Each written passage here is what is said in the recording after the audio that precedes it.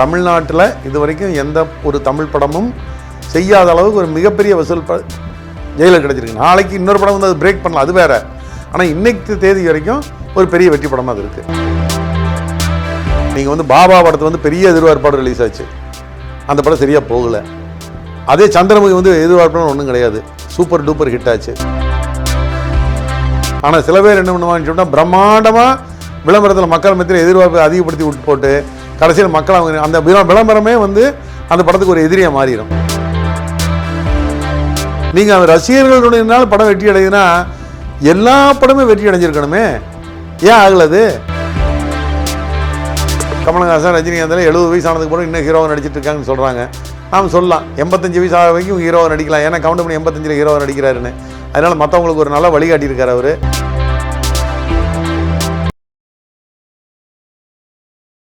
Sir வணக்கம். Sir வணக்கம் sir, எப்படி இருக்கீங்க? நல்லா இருக்கேன். ரொம்ப நாள் ஆச்சு நம்ம சந்திச்சு, நிறைய விஷயங்களை நம்ம கடந்த ஜெயிலருக்கு முன்னாடி பகிர்ந்துட்டு இருக்கோம். சரி, ஜெயிலர்னு சொல்லும் போது தான் சார் ஞாபகம் வருது. எப்படி பார்த்தீங்க சார் இந்த சக்ஸஸ்? இல்லை, இந்த மாதிரி ஒரு சக்ஸஸ் வந்து அவருக்கு தேவை தான். ஏன்னா ரொம்ப ஏறத்தாழ ஒரு 40 ஆண்டு காலமாக சினிமாவில் இருந்துட்டு இருக்கார் ரஜினி சார். ஒரு பெரிய அளவில் ஒரு கமர்ஷியல் ஹீரோ. அவரை பொறுத்தளவில் எப்போவுமே வந்து இருந்துட்டு இந்த பரீட்சைக்கெல்லாம் போக மாட்டார். நீட்டாக வந்து கமர்ஷியல் படம், தயாரிப்பாளர் வெற்றி அடையணும், விநியோகஸ்தர் ஜெயிக்கணும், திரையரங்கு உரிமையாளர் நல்லா இருக்கணும்னு நினைப்பார். அவருக்கு வெற்றி படமாக இருக்கணும்னு ஆசைப்படுவார்.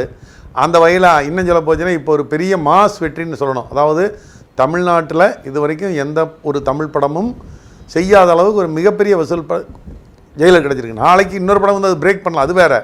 ஆனால் இன்னைக்கு தேதி வரைக்கும் ஒரு பெரிய வெற்றி படமாக அது இருக்குது. இல்லை சார், கடந்த ஆண்டு வந்து கமலஹாசன் அவர்களுடைய விக்ரம் திரைப்படம் சாதனை செய்தது. இந்த ஆண்டு வந்து இப்போதைக்கு வரைக்கும் ஜெயிலர் திரைப்படம் சாதனையில் நின்றுட்டுருக்கு. ஸோ ஒவ்வொரு ஆண்டும் வந்து இந்த கமலஹாசன் அவர்கள் படமும் இந்த ஆண்டு ரஜினிகாந்த் படமும் போட்டி ஜெயிச்சதுக்கு பிறகு ஸோ இவங்களுடைய போட்டி வந்து இன்னும் தொடர்ந்துட்டு தான் இருக்குன்னு எடுத்துக்க முடியுமா சார் நம்ம இதனால்? இல்லை, இதில் போட்டிங்கிறதே கிடையாது. இது நம்மளாக வந்து போட்டிங்கிற வார்த்தை உபயோகப்படுத்துகிறோம். போட்டியெல்லாம் ஒன்றும் கிடையாது. எப்போவுமே எல்லா சாதனைகளும் முறியடிக்கக்கூடிய சாதனையே. டெண்டுல்கர் சாதனை இன்னொருத்தர் வந்து முறியடிப்பார். கபில் தேவ் சாதனை டெண்டுல்கர் முறியடிப்பார். அந்த மாதிரி தான் இதுவும் சினிமாவும். ஒருத்தருடைய சாதனை இன்னொருத்தர் முறியடிக்க தான் செய்வாங்க. இன்றைக்கி அது சாதனைன்னு நம்ம பேசுகிறோம், அவ்வளோதான். இதில் போட்டிங்கிற பேச்சுக்கே இடம் கிடையாது. படம் நல்லா இருந்ததுன்னா ஓட போகுது, படம் நல்லா இல்லைன்னா ஓட போகிறது கிடையாது. அதனால் யார் போட்டிலாம் நடிக்கிறது கிடையாது. தன்னுடைய படம் நல்லா வரணும் அப்படின்னு தான் ஒவ்வொரு ஹீரோன்னு நினைக்கிறாங்க. அதில் வெற்றி அடையும் போது அவங்களுக்கு ஒரு பெரிய மன மகிழ்ச்சி, அவ்வளோதான். நீங்கள் இந்த மாபெரும் வெற்றின்னு இவ்வளோ சந்தோஷமாக சொல்லும்போது ஒரு கேள்வி கேட்க தோணுச்சு. என்ன சார், இந்த படம் ரிலீஸுக்கு முன்பு வந்து யாருமே இந்த திரைப்படத்தை வந்து பெருசாகவே பேசவே இல்லை. நீங்கள் நிறைய பார்த்துருப்பீங்க, இந்த படத்தை பெருசாக பேசலை, ட்ரெய்லரை பெருசாக வந்து இம்பேக்ட் கொடுக்கல, ரிசீவர்ஸ்லாம் ரொம்ப டல்லாக தான் இருக்கும் அப்படின்ற மாதிரிலாம் நிறைய விமர்சனங்கள்லாம் எழுந்தது. ஆனால் படம் வெளியாகி இந்த மாதிரி ஒரு வெற்றியை தரும்னு யாருமே எதிர்பார்க்காத ஒரு வெற்றியை தந்திருக்கு. இது ஒரு திரையரங்கு உரிமையாக நீங்கள் எப்படி பார்க்குறீங்க? இது எப்போவுமே எதிர்பார்ப்பு இல்லாத படங்கள் தான் பெரிய வெற்றி அடைஞ்சிருக்கு இது வரைக்கும். நீங்கள் வந்து பாபா படத்தை வந்து பெரிய எதிர்பார்ப்பாடு ரிலீஸ் ஆச்சு, அந்த படம் சரியாக போகலை. அதே சந்திரமுகி வந்து எதிர்பார்ப்புன்னு ஒன்றும் கிடையாது, சூப்பர் டூப்பர் ஹிட் ஆச்சு. அதனால் நீங்கள் எதிர்பார்ப்பே வந்து சில படங்களுக்கு வந்து என்ன சொல்லிட்டுனா நெகட்டிவாக மாறிடும். ரொம்ப பெரிய அளவில் நீங்கள் வந்து ஹைப் பண்ணி கொடுத்தீங்கன்னு சொல்லிட்டுனா அந்த படத்தை வந்து மக்கள் பெருசாக எதிர்பார்ப்பாங்க. எதிர்பார்த்து அவங்க வந்து உட்காரும்போது அவங்களுடைய மனநிலை எப்படி இருக்குன்னு சொல்லிட்டுனா, அதாவது அந்த ஹீரோ 150 அடி உயரத்தில் வந்து நிற்பார் அப்படின்னு நினச்சிட்டாங்க அவங்க படத்துக்குள்ளே. அங்கே போனதுக்கப்புறம் ஹீரோ வந்து அவர் இருக்கிறது 7 அடி தான், 6 அடி தான், 5 அடி தான், அவ்வளோ இடத்துல வர முடியும். ஸ்க்ரீனில் வேணால் 25 அடியில் நிற்பார். இவங்க 250 அடின்னு நினச்சிட்டு போனாங்கன்னா ஏமாந்துருவாங்க. அதனால் ஹைப்பு கொடுக்க நீங்கள் பார்த்தீங்கன்னா மணிரத்னம் சாரை பொறுத்தவரை அப்படி தான். நீங்கள் பாருங்கள், எனக்கு தெரிஞ்ச மணிரத்னம் சார் சினிமாவுக்கு வந்த முதல் படத்துலேருந்து இன்றைக்கு வரைக்கும் அவருடைய படங்களில் ஒரே படம் தான் பெரிய எதிர்பார்ப்பாடு வந்து தளபதி. அது மட்டும்தான் பெரிய எதிர்பார்ப்பாடு. மீது எல்லா படத்தையும் அவர் அடக்கி தான் வாசிச்சிருப்பார் மணிரத்னம் படத்தை. அவர் பெரிய அந்த இதுக்கெல்லாம் போகவே மாட்டார்.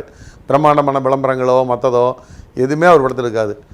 ஆனால் அந்த படங்கள் நிறைய அவருடைய படங்கள் வெற்றி அடையும். வெற்றி அடைஞ்சதுக்கப்புறம் அது கொண்டாட மாட்டார் அதையே அவர். இதுதான் மணிரத்னம். ஆனால் சில பேர் என்ன பண்ணுவாங்கன்னு சொன்னால் பிரம்மாண்டமாக விளம்பரத்தில் மக்கள் மத்தியில் எதிர்பார்ப்பை அதிகப்படுத்தி விட்டு போட்டு கடைசியில் மக்கள் அவங்க அந்த விளம்பரமே வந்து அந்த படத்துக்கு ஒரு எதிரியாக மாறிடும். அதனால தான் ஜெயிலர் வந்து வெற்றி அடைஞ்சதுக்கு அது ஒரு காரணம். எதிர்பார்ப்பு இல்லாமல் உள்ளே வந்து உட்கார்ந்தாங்க, படம் நல்லா இருந்தது, அவங்களுக்கு ரொம்ப பிடிச்சிருச்சு, கொண்டாடி தீர்த்துட்டாங்க. இல்லை, இதில் பொதுவாக என்ன ஒரு கருத்தை முன் வைக்கிறாங்களா சார், சூப்பர் ஸ்டார்ன்ற ஒரு சர்ச்சை உருவானது பிறகு ரஜினி எந்த காரணத்தை கொண்டு விழுந்துடக்கூடாது அப்படின்ற ஒரு வெறியில் ரஜினி ரசிகர்கள் வந்து இந்த படத்தை மிகப்பெரிய வெற்றி அடைய வச்சிட்டாங்க அப்படின்ற மாதிரி எடுத்துக்க முடியுமா சார்? இதை எந்த ஒரு ரசிகர்களுமே 5% தான் அவங்க. ரஜினியாக இருக்கட்டும், கமலாக இருக்கட்டும், விஜயாக இருக்கட்டும், அஜித்தாக இருக்கட்டும், விஜயகாந்தாக இருக்கட்டும், எந்த நடிகர் வேணாலும் இருக்கட்டும், ரசிகர்கள் 10% தான். அதிகபட்சம் நான் சொல்கிறேன் 5% தான் இருக்கிறாங்க, 10% வேணா இருக்கலாம். 90% பொதுமக்கள் படம் பார்த்து அந்த படம் வெற்றி படமாக அமையும். நீங்கள் ரசிகர்களுடையனால படம் வெற்றி அடையுதுன்னா எல்லா படமும் வெற்றி அடைஞ்சிருக்கணுமே, ஏன் ஆகலது? எல்லாருடைய ஹீரோ படம் வெற்றி படம் இருக்குது, தோல்வி வெற்றி படம் இருக்குது, சூப்பர் ஹிட் வெற்றி படம் இருக்குது, சுமார் படம் இருக்குது, படுசுமார் படம் இருக்குது. ரசிகர்கள் மட்டுமே படம் பார்த்து இவ்வளோ வெற்றி அடைகிறதுன்னு சொல்லிட்டு அந்த படுசுமார் படத்தையும் ஓட வச்சிருப்பாங்களா, அவங்க விடுவாங்களா என்ன? அது சார் அதே மாதிரி என்னென்னா ரஜினிகாந்த் அவர்கள் வந்து இந்த ஜெயிலர் வெற்றிக்கு பிறகு பார்த்தீங்கன்னா கண்டினியூவாக 3 படத்தோட அப்டேட் வந்துக்கிட்டே இருக்குது. தலைவர் 171 அப்படின்ற மாதிரி. இந்த மாதிரி ரஜினிகாந்த் நம்ம எப்படின்னா கிட்டத்தட்ட 80s 90s இந்த மாதிரி ரஜினிகாந்த் படம் வந்து ஒரு 7-8 படம்லாம் நம்ம வருஷத்துக்கு வந்துக்கிட்டே இருக்கும் கண்டினியூவாக. ஸோ இது வந்து ரஜினிகாந்தனுடைய ஒரு வெர்ஷன் 2ன்னு எடுத்துக்க முடியுமா இந்த மாதிரி அப்டேட் வர்றது, கண்டினியூவாக வர்றது? இல்லை, அவர் இப்போ வந்து படங்கள் தொடர்ச்சியாக நடிக்கணும்னு முடிவு பண்ணிட்டார், அதனால் நடிச்சுக்கிட்டு இருக்காரு.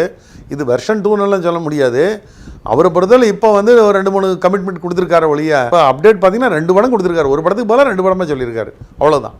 இப்போ சமீபத்தில் கூட திரு கவுண்டமணி அவர்கள் கூட ஒரு படத்தில் இப்போது அந்த கிட்டத்தட்ட 85 வயது நெருங்கி கொண்டிருக்காரு. அவர் கூட இப்போ சோலோ ஹீரோவாக ஒத்த ஓட்டு முத்தையா அப்படின்ற ஒரு திரைப்படத்தில். ஸோ அதை பற்றி உங்களோட கருத்துக்கள் என்ன? அதை பற்றி என்ன ஒரு நல்ல முன்னுதாரணம் எப்படின்னா, கமலஹாசன் ரஜினிகாந்தில் 70 வயசு ஆனதுக்கு பிறகு இன்னும் ஹீரோவாக நடிச்சிட்டு இருக்காங்கன்னு சொல்கிறாங்க. நாம் சொல்லலாம் 85 வயசு ஆக வரைக்கும் ஹீரோவாக நடிக்கலாம், ஏன்னா கவுண்டமணி 85 ஹீரோவாக நடிக்கிறாருன்னு. அதனால் மற்றவங்களுக்கு ஒரு நல்ல வழிகாட்டியிருக்கார் அவர். அதனால் கவுண்டமணி சாருக்கு என்னுடைய மனமார்ந்த வாழ்த்துக்கள். இப்போ வந்து சொல்லணும், நம்ம வந்து வடிவேலு அவர்கள் வந்து ஒவ்வொரு டைமும் வரும்போது வந்து வடிவேல் இந்த படத்தில் கம்பேக் சொல்கிறாங்க, ஒரு வடிவேல் இந்த படத்தில் கம்பேக் அப்படின்ற மாதிரி சொல்லும்போது, ஆனால் அந்த படம் வந்து வடிவேலோட அந்த ரசிகர்களை அதை பழையபடி திருப்திப்படுத்த முடியல. இப்போ என்ன உதாரணத்துக்கு இப்போ சந்திரமுகி 2 திரைப்படத்தில் கூட வடிவேல் காமெடிக்கு தேட்டரில் சிரிப்பே விழ மாட்டுது. இதுக்கு என்ன காரணம்னு நினைக்கிறீங்க சார்? அது அதாவது அந்த ஸ்க்ரீன் பிளே, அந்த படத்தினுடைய அந்த டயலாக் ரைட்டர் இருக்கார் பார்த்தீங்களா, அதனுடைய அந்த ஸ்க்ரீன் காட்சிகளுடைய அமைப்பு, அதெல்லாம் தான் காரணம். வேறு என்ன காரணம்? வடிவேல் நடிப்பிலெல்லாம் ஒன்று சோட போனவர் கிடையாது அவர். அதாவது எல்லாமே வந்துட்டு அந்த கதையினுடைய ஓட்டம். இப்போ காமெடினா அந்த காமெடி வந்து இப்போ வீரப்பன் காமெடி எழுதி கொடுத்துட்டு இருந்தார் கவுண்டமணி செந்திலுக்கு. வீரப்பன் காமெடி அடிக்கிறதுக்கு ஆள் இல்லைங்கிற அளவுக்கு கவுண்டமணி செட்டப் இருந்தது ஆச்சுங்களா. ஒரு காலகட்டத்தில் வீரப்பன் விலகி போயிட்டார், அப்புறம் வேறு எழுதுனாங்க. அந்த மாதிரி இப்போ இன்றைக்கி கவுண்டமணி இவர் வடிவேலை பொறுத்தவரை பழைய செட்டப், அவருடைய அந்த மற்றவருடைய ஜூனியர் கூட இருக்கிற ஆர்டிஸ்ட் இருக்காங்க பார்த்தீங்களா, அந்த ஆர்டிஸ்ட்டுகள்லாம் எல்லாமே இன்றைக்கி தனியாக போயிட்டாங்க, அவர் விட்டு வெளியில் போயிட்டாங்க. புது நடிகர்கள் இருக்கிறவங்களாம் அவர்கிட்ட கொஞ்சம் பேர் கூட சேர்த்திக்கலாம், சேர்த்திட்டு பண்ணாருன்னா நிச்சயமாக நல்லா இருக்குது. அவருடைய நடிப்பு திறமைகளை யாரும் இன்றைக்கும் குறை சொல்லவே முடியாது. பட் அந்த காட்சி அமைப்புகள், அந்த காமெடிகள் மக்களுக்கு பிடிக்காமல் போயிடுச்சு. அதுக்கு நீ அவர் காரணம்னு சொல்லணும் எதுக்க முடியாது, அவருடைய செலெக்ஷன் காரணம் என்ன சொல்லலாம்.